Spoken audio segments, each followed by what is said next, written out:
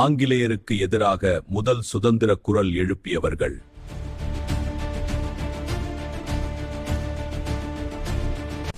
அவர்கள் பெரிய மருது மற்றும் சின்ன மருது.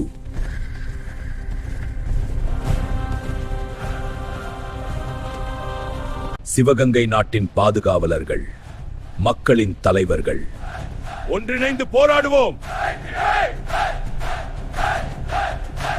ஆங்கிலேயரின் அடக்குமுறைக்கு எதிராக வீரமாக போராடினார்கள்.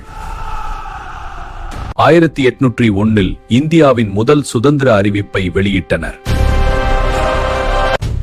மக்களே ஒன்றிணையுங்கள். ஆனால் அவர்கள் பிடிக்கப்பட்டு தூக்கிலிடப்பட்டனர்.